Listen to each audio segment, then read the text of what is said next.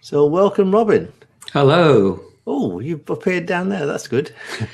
Well, I hope this technology is going to work out. You've appeared sort of south of where I was hoping you were going to be on my screen, but I hope the technology sorts itself out, and when we give the playback, you're where you should be.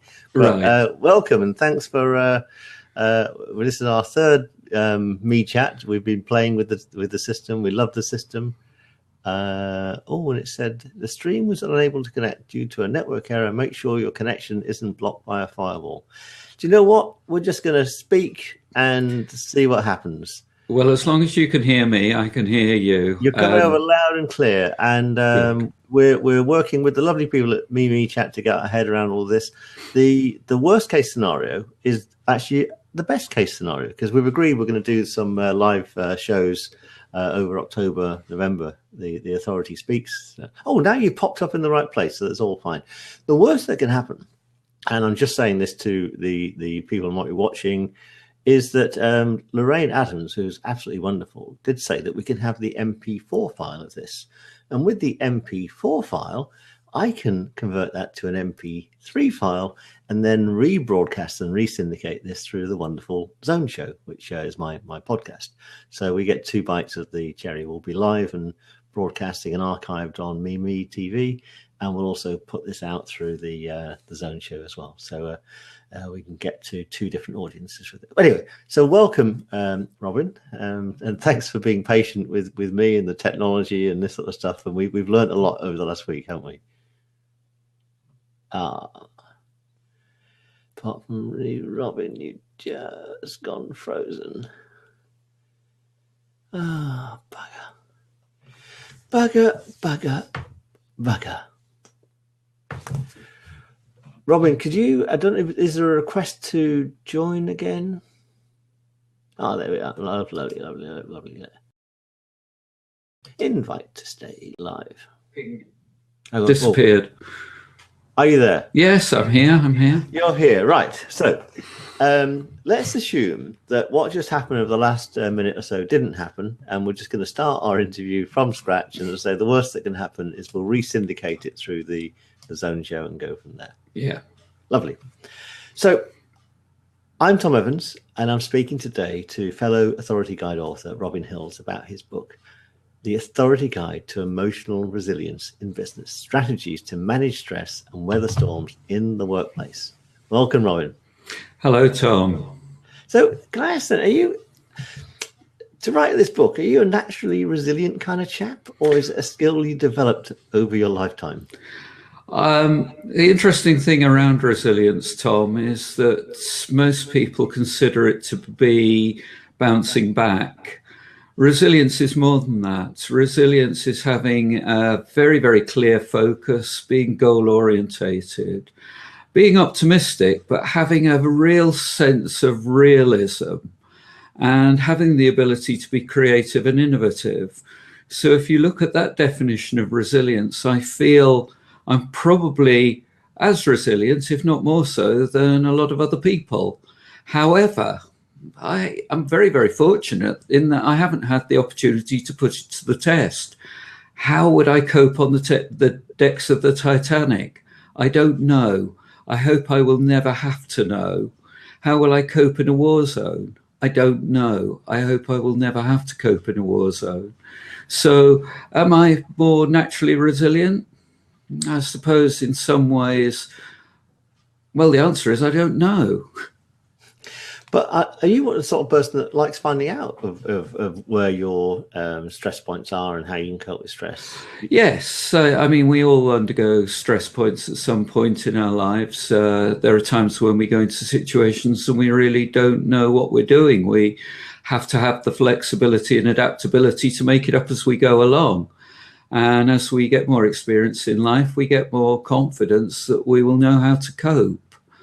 So I suppose really testing one's resilience is saying to oneself, am I able to cope in this situation? What would I do? What is the worst case scenario? What could be the worst thing that goes wrong? Right, if I've covered all those eventualities, then I'm fine. I can then look forward to learning through this process. So I suppose part of being resilient is having a clear idea as to what could go wrong and making sure that you put in place all the plans to ensure that it doesn't. So it's all about expecting the unexpected. I suppose to a certain extent it is. However, it's a case of a fine line between over worrying and over anxiety about things that aren't going to happen, and then going into a situation completely oblivious of things that could happen. It's back to this realistic optimism. I'm fairly optimistic that things will work out, but realistically, these are some of the things that are likely to go wrong. Well, it's been delightful, our little journey getting to know the Mimi chat environment. You know, we've had two goes live at it and one trial and this sort of stuff. So it's nice to do that, and I got a measure of you as a person through that experience, which is great. So I guess also there's a lovely learning to be had, you know, with you, and how you can express your resilience, how you can help others be resilient, how you can support others and they support you. You get to know the measure of a man, as they say, don't you?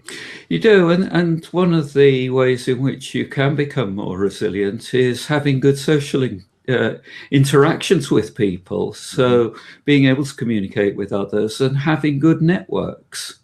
In order to be able to cope and work through certain situations. For example, if one of your children is sick and you have to go to an important meeting, you need to be able to ensure that you go to the meeting, and you need to be able to ensure that your child is well looked after. And that comes through your networks. Have you got a family friend, a neighbour? Is there somebody who can look after your child for a short period of time while you go to the important meeting? And as soon as the meeting's over, you then go back to looking after your child. And so it's all about having the right coping strategies in place. Interesting, because actually the book says emotional resilience in business, but I couldn't see anything that was in the book that didn't apply to a domestic situation with a stressed parent or a teacher in the classroom. You know, it seemed to me to be universally applicable. We all experience emotions. We all have to deal with our emotions on a minute-by-minute basis, if not shorter periods of time. Mm-hmm. Emotions are what makes us human. The authority guide is around emotional resilience in business, because that's where I've got most of my experience from. If I was to put any other title on the book, I really don't feel I would be an authority guide. Yes, I've had my own experience in my own domestic and social circumstances, but I've not had a lot of experience of education. I've not had a lot of experience in certain other areas. So to be able to say, yes, I can look at emotional resilience in business, I've got a degree of comfort around that. And therefore I can say, to all intents and purposes, I'm an authority. Well, you're a far too honest a chap, and I can just say, as a reader of your book, then it also works for teachers and parents as well. There's loads of really good stuff in there.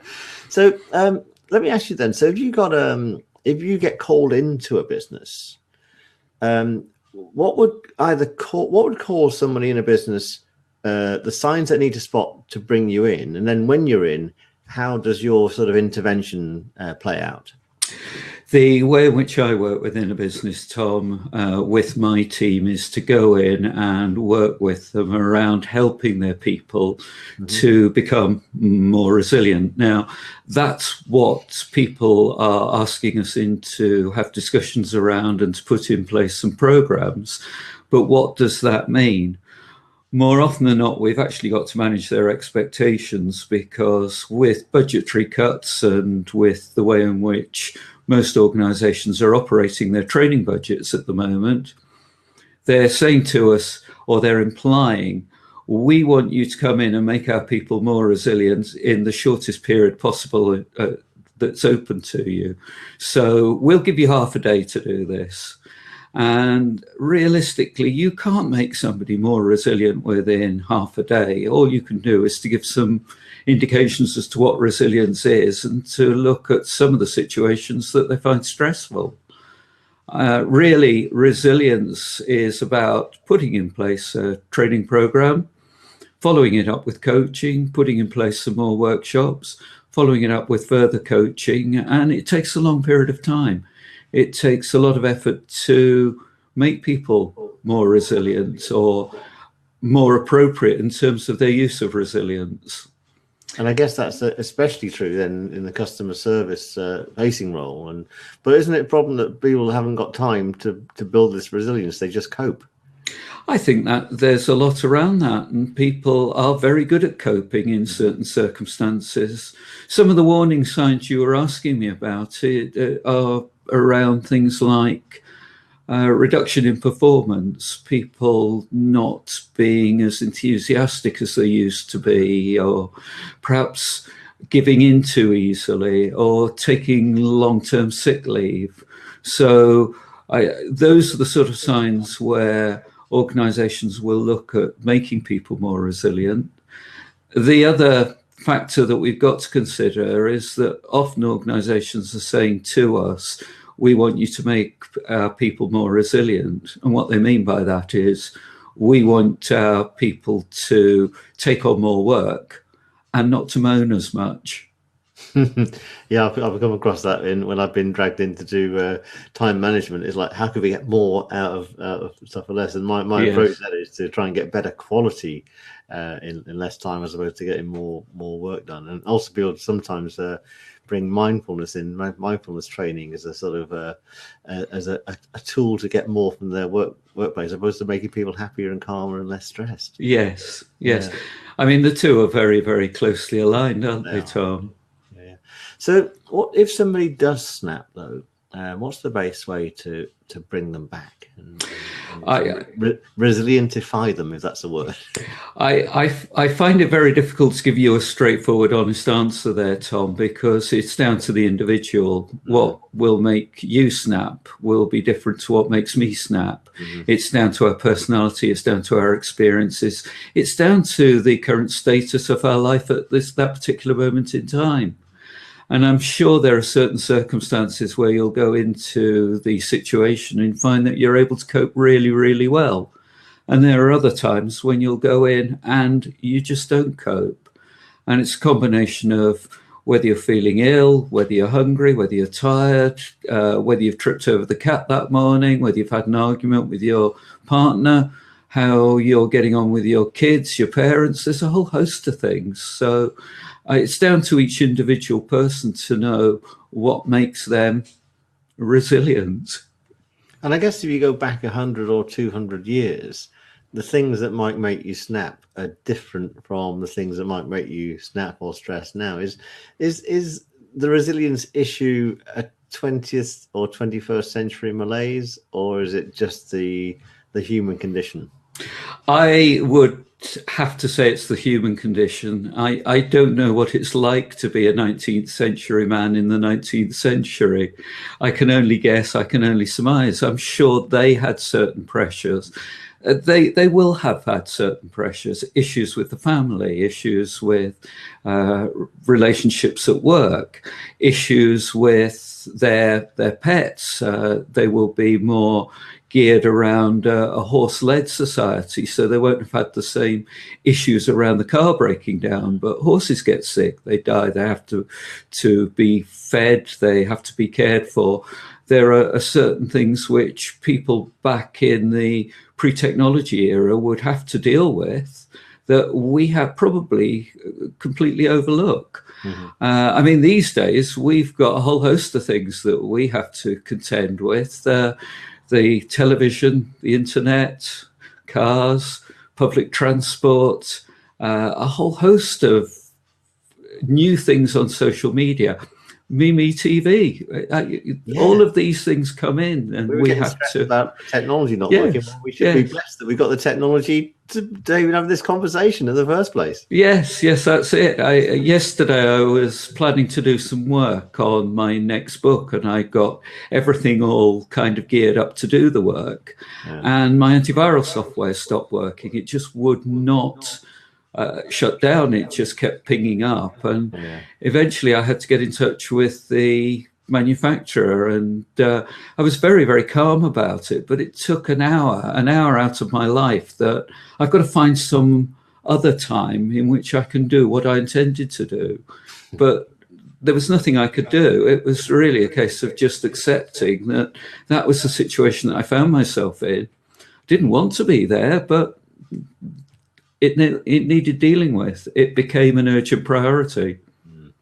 So let's say you get an organization and the people in the organization to become more resilient or better at coping with stress and setback and this sort of stuff. What are the characteristics of an organization which has that ability, is strong in that regard? Well, an organization in that regard is going to have high-performing teams. They're teams which interact well together, they communicate well together, they're all focused on the same goals. I think one of the important things to stress here, Tom, is that there's going to be conflict in those teams, but it's productive conflict, it's debate, it's argument, it's disagreements without any emotional involvement to a great extent, so that people are there helping and supporting each other to and for the greater good. So that's what good levels of resilience look like within an organization. It's being able to adapt and work around situations, come up with new ideas, new innovative ways of working, interacting with people, and being realistic that there are going to be times when there's a breakdown in communication, the wrong words are said, people feeling angry, they're feeling hurt, they're feeling sad, they're feeling guilty, they're feeling annoyed, they're feeling anxious around how other people have, how they're reacting to the way in which other people are interacting with them. And they've got the confidence, the capability of going along and saying, do you know, Robin, in that situation, this is how I felt. Is there a way in which we can work around it and solve it? And having the maturity to be able to take it on the chin and say, yeah, let's see if we can put some situations and some agreements in place. So if a similar situation occurs, this is the way in which we work together. Well, that sounds like a sort of organization I'd like to work for sure. And it's a smart way. It's a smart and evolved way to be, isn't it? It is. It is. It's a case. Well, my main area of interest and expertise is emotional intelligence. It's a very emotionally intelligent way to be. Mm. And some people talk about spiritual intelligence these days. Does that come into the workplace as well? I think very much so. It's a case of understanding what spiritualism means to you. And again, it's a very, very individualistic thing. It's your relationship with God, whoever or whatever you perceive him to be. You may be, I'm sorry? Or her. Or her, yes. You have to know and understand what your place here within the universe is and where you are getting your energy from. And I mean those in the broadest sense of the words. Mm-hmm. So you can either be very, very, very religious, if that's your way and your intention, or you can be completely non-religious or a-religious, but you still have an engagement and an interaction and an interdependence on the universe. So where do you get your energy from? How are you going to get that engagement through the universe? That's the spiritualism. And I see in 20, 30 years' time, spiritual intelligence will be as important as emotional intelligence. Well, I can see another book coming along and another me chat at this rate. I think so. I think so. So, apart from getting hold of the book, and we'll talk about where people can get hold of it now, what would be the one thing you could recommend to people that they could do right now, right today, to help them become more resilient? I think the first thing, Tom, to be really, really helpful to people is to understand what resilience is and what it isn't. Resilience is a little bit more than coping. It's not about bouncing back. Resilience is about having a clear focus. It's being realistic, and it's being adaptable and being creative. If you can call yourself resilient in that way, you're going to do far better than somebody who is continually getting stress. It's a reframe. The other thing to bear in mind is how you're feeling. So what are your emotions? What emotion are you feeling currently? And how are you going to use that emotion in the best possible way? Let me give you another example. Yes. Quite a few psychologists talk about positive and negative emotions. And we've just got to accept that emotions are emotions. We can't put a judgment on them. We can't say that an emotion is positive or an emotion is negative. It's how we work with the emotion and how we deal with it and how we express the emotion and the behaviors that we get from the emotion. That's where we put the judgment. So in terms of coming onto the Me channel, I would expect to be feeling slightly anxious. That is often described as a negative emotion. But if I'm not feeling slightly anxious when I come along for an interview with you, Tom, you're not going to get a good interview with me. So I need that adrenaline surge. I need that physiology that anxiety gives me to be able to get the energy in order to be able to deliver something of quality, or something better than what it could have been had I not been anxious. Well, you're doing a great job, and I say it's a joy to speak to such an emotionally intelligent man, which is fantastic. I think you ought to ask that question of my wife. and so you talk about in the book people that this concept of the comfort zone, and how it's nice to be in your comfort zone, but also it can be a bit of it can be a bit of an escape mechanism and a cop-out as well. It's very much a cop-out, because if we all sit within our comfort zone, we're all very, very comfortable, and we don't change and we don't learn. In order to be the best that we can possibly be, we need to be slightly stretched. We need to be slightly stressed. That's where the learning takes place. We have to come out of our comfort zone. Looking around me, have I got... No, I haven't got one to hand. An elastic band. Mm-hmm. An elastic band, in order for an elastic band to work, it needs to be stretched. Mm-hmm. An elastic band doesn't work unless it's got some stretch within it. So an elastic band is a very, very good metaphor for resilience. You stretch it too much and it snaps. Mm. You don't stretch it enough and it's useless. So for an elastic band to work, for us to work as humans, we need to be stressed slightly, well, put slightly under pressure, in order that we actually have to work towards our goals, think creatively, and realistically work with our emotions. And you know what? We can get that elastic band and we can twist it round and round and round. I remember doing this as a kid, and make it like a motor out of it. So you can actually use it to drive yourself forward as well, can't you? But that elastic band wouldn't work unless you twisted it, unless you stretched it. You've got to put a bit of stuff into it first. Yeah. Yeah, so you need to put some energy into the elastic band in order for the elastic band to release the energy. Again, a very, very, very good metaphor for improving and building resilience. I can see the authority guide to elastic band stretching coming very, very shortly. So, yeah. Where's the best place for people to find you, Robin, and to get hold of the book? Well, the book is available on Amazon and through all good bookshops. Is that print and e-reader, Kindle as well? There's an ebook available, and the ebook's available on Kindle and all good e-booklet outlets. I can be contacted through the EI for Change website, EI being emotional intelligence, eiforchange.com. And people can contact me at robin@eiforchange.com. The details are all in the book. Fantastic. And as I know, you put Robin Hill's emotional intelligence into Google, you come up pretty much at the top as well, which is fantastic. And you're based in Manchester, is that right? Yes, I live and work around Greater Manchester, but that doesn't stop me from going and working anywhere around Greater Manchester, the UK, or even around the world. That's my home city. So there you go. Been away for a while, so hence the accent having mollified somewhat. I think we must have swapped geographical areas, Tom.